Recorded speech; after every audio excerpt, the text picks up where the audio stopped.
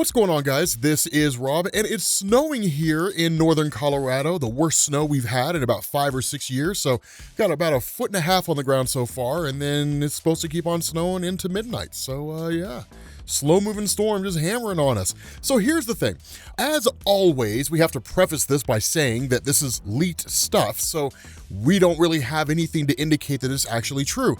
But a document has surfaced out there on the internet basically telling us how long the different members of the cast of Doctor Strange 2 are supposed to appear in the movie. At the same time, also just kind of telling us who this cast is. Now, again, I am not taking this as an absolute, so it could be this is entirely debunked, right? But this in particular came from Moth Culture, which I don't know how many of you guys follow them on Twitter, but they have some pretty good leaks that come out from time to time. So here's the thing, right? There are some names that stand out to me, right? Names we already know: Doctor Strange, Wanda Maximoff, America Chavez, Wong, Christine Palmer, Baron Mordo. We already kind of knew about these people being in this movie, whether it was from the trailer or the fact that, like, it's a Doctor Strange film, so there's no reason to believe they wouldn't be there. There have also been rumors circulating around that Peggy Carter is supposed to be in Doctor Strange 2. Of course, we also have the rumors about, like, Charles Xavier, and I don't even really know if Peggy Carter and Professor X are really rumors so much as just things we know are going to happen. They just haven't officially been confirmed by Marvel yet. But regardless of how you slice it, people like Loki, Iron Man, Reed Richards, Rintrah we already knew about, Quicksilver, Magic, Jean Grey, these are things that are really, really interesting here, right? The names being here makes sense because, again, something that we've reiterated here over and over and over again is that from where I'm standing, Doctor Strange 2 is going to consolidate the multiverse, and basically Marvel's going to pick and choose the things they want, right? It's very Crisis on Infinite Earths, and that's one of the things to keep in mind when it comes to Doctor Strange 2. One of the things that people are doing is they're looking at this movie from the perspective of the rest of the Marvel Cinematic Universe, but remove that for a second. Remove the Marvel Cinematic Universe and basically compare it to the events of what is, in effect, the Crisis on Infinite Earths story. So here's the idea behind Crisis on Infinite Earths. So, you guys who never read that story from DC Comics, it's a landmark story. The overall gist here is that prior to this particular story, to the first Crisis event, you had DC's Multiverse, right? Originally introduced in Flash of Two Worlds, and over the course of 20 years, it just became ridiculously complex. So much so that people who were getting into DC Comics didn't know where to start. And so in the 80s, DC was just like, reboot it all. And so what they did is they had this great big huge calamity where, in effect, the multiverse was destroyed, and in the aftermath of that came something called New Earth, and they basically retold origins for characters, right? Gave them like updated origins, switched things around. So like Barry Allen the Flash had basically died, he was replaced by Wally West, who was aged up, just things along those lines, right? Now, I'm not saying that the Marvel Cinematic Universe is going to be going through and like giving everybody new origins, but the form and function of the original Crisis event works here, right? The form and function of Crisis on Infinite Earths works when you compare it to Doctor Strange 2. Because if we really are getting the X-Men, right? I mean, like, literally right here it says Jean Grey is going to appear for like 3.5 minutes, right? The Human Torch is supposedly there for 1.5 minutes. Now, I'm not saying that the Doctor Strange 2 is going to like basically reboot the MCU insofar as like everybody gets brand new origins. What I am saying is the same thing I've been saying, that the movie is going to give us this great big huge multiversal concept and then basically start pulling all the stuff the Marvel Cinematic Universe wants to keep into the MCU. Now, maybe they'll get new origins, but by and large, I would argue there's a really good chance that they won't, right? That we'll basically get all these kind of characters that we've seen over the years, right? So like the original Fantastic Four team from like the early 2000s films, we'll get like the X-Men and stuff like that, so that if anything, it's basically a refresher, right? So people are just like, oh, I remember them. Their story was, what was their story again? And they basically figured it out on their own, right? You see like the original Fantastic Four, which, fingers crossed, will have Chris Evans as Johnny Storm, the Human Torch, which would be fantastic, right? But like, people will recall those films and those origin stories. And then when the time comes when Marvel's like, hey everybody, we're rebooting the Fantastic Four, it's less legwork they have to do, right? Like with Spider-Man. I mean, it's one of those things, like when the Spider-Man movie kicked off, when we first saw Spider-Man Homecoming, you guys remember all the memes and everything, you know, and all the videos, right? You know, like Kevin Feige talks about, you know, Spider-Man Homecoming, you know, and it's that Spanish video where where it's all in subtitles and like, we're gonna reboot him again, cast Sean Bean as Uncle Ben. It's the thing people didn't want, right? People were like, we don't want to see Uncle Ben die again or anything like that. It turned out that like Homecoming, Far From Home, and No Way Home were basically just a new origin for Tom Holland's Spider-Man in the MCU, right? That it was basically Aunt May who died, who played the role of Uncle Ben. But going into it, it could have entirely been the case that like Uncle Ben just died off camera, right? He died before the movie started.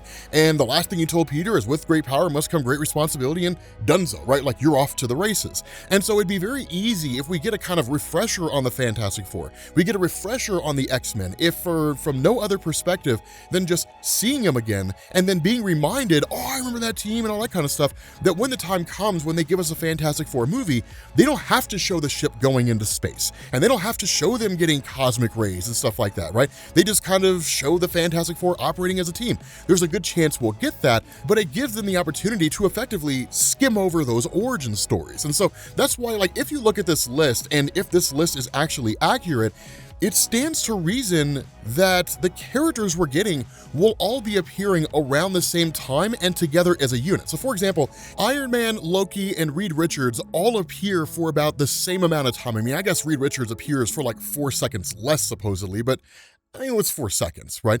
And then you get Charles Xavier for 6 minutes and 45 seconds. And so what this does is it really lends credence to the idea that the rumors about the Illuminati are true.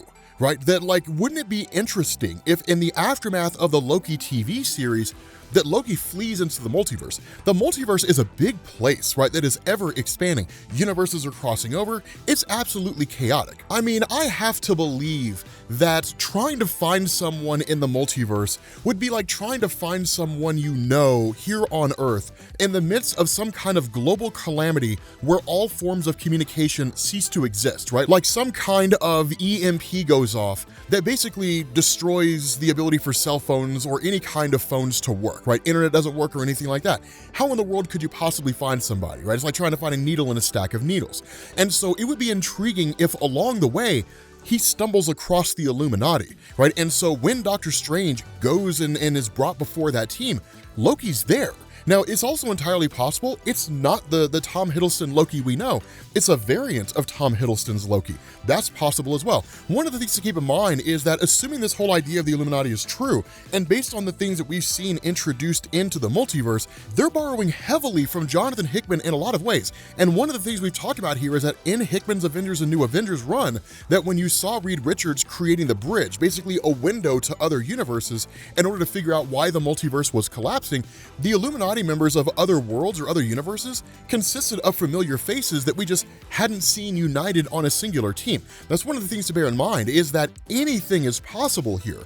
And so while it may not be the Loki we know, it may be the Loki that we do know. And Tom Hiddleston stumbled across them, and that they're all basically trying to either understand what's going on, or because Loki told them the events that transpired at the end of season 1, they're aware of what's going on, and they're trying to mount some kind of a rebel force, right? Some kind of a resistance force against like the TSA and Kang the Conqueror. Because wouldn't it be really, really interesting if Doctor Strange 2 follows up after the events of season 1 with Loki, and that what we actually have going on out there right now is a war between like Kang the Conqueror and the TSA and like what is in effect the Rebel Alliance from Star Wars, right? Just kind of a ragtag band of people taking pot shots where they can and just trying to survive to live another day, right? Like the what is it? The resistance forces of humanity in like the Terminator movies, right? Wouldn't it be cool if that's what was going on out there?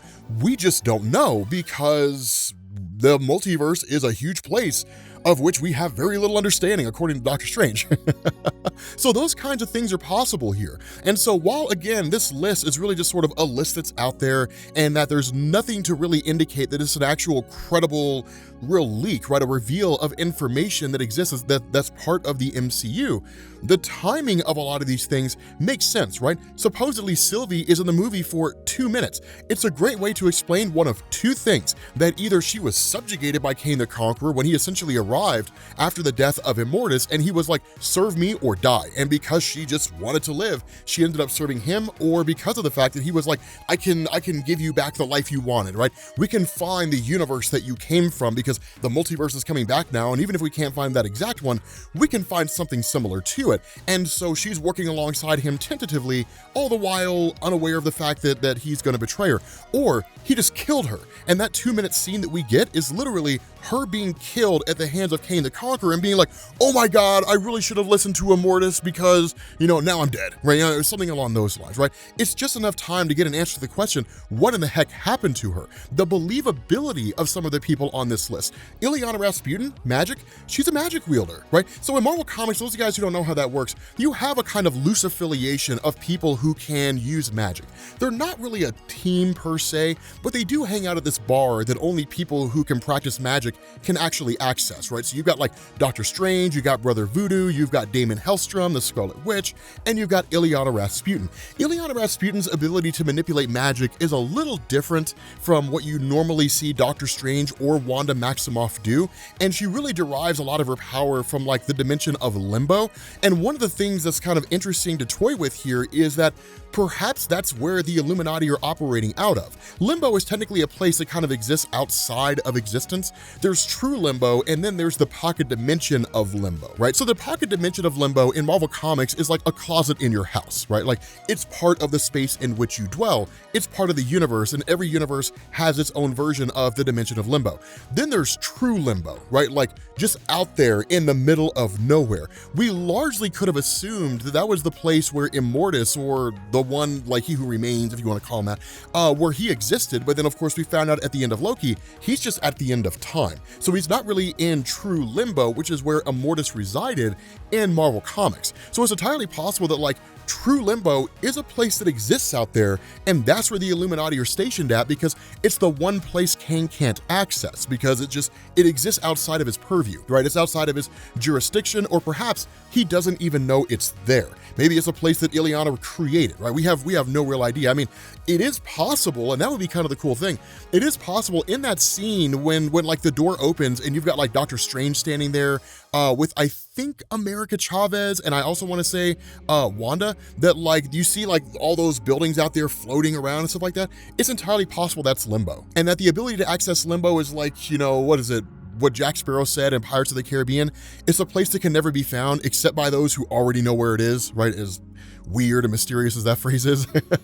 But that's entirely possible here. So there are, these characters are believable. Some of them I kind of have a hard time wrapping my head around, like Maria Rambeau, Captain Marvel. I don't know exactly how she's going to tie into this. It would make sense that she could potentially be a member of the Illuminati that's out there. Black Bolt could possibly be the same way. Spider-Man, there's been rumors out there in saying he's supposed to be a part of the movie. We don't know exactly what role he would play. Ghost Rider may also be a part of the Illuminati as well. So, again, like if the main focus of the MCU with regards to Doctor Strange 2 is to basically have this movie be a pitch to us as the viewer and saying, hey guys, wouldn't you be excited to see the X-Men and the Fantastic Four appear in the MCU, maybe even John Krasinski as Reed Richards, then it would make more sense that like Charles Xavier, this alternate reality version of Iron Man, rumored to be played by Tom Cruise, Reed Richards, who supposedly is going to be played by John Krasinski, that they would have more screen time, right? Iron Man makes sense because it's Iron Man, right? I mean, it's the face of the MCU, right? I mean, it's the most popular character the Marvel Cinematic Universe has introduced, which is kind of weird. You'd think it'd be Spider-Man, but I would argue that Iron Man is more popular than Spider-Man in the Marvel Cinematic Universe because it all started with him, right? Nostalgia is a hell of a drug. But let me know what you guys think down in the comments section, right? I mean, this list of names, the people on it, do you think this is a practical, reliable list? Do you think the numbers add up, or are you kind of like somebody out there is just trolling everyone? Let me know what you guys think down in the comment section. Thank you all for watching, and I will catch you all later. Peace.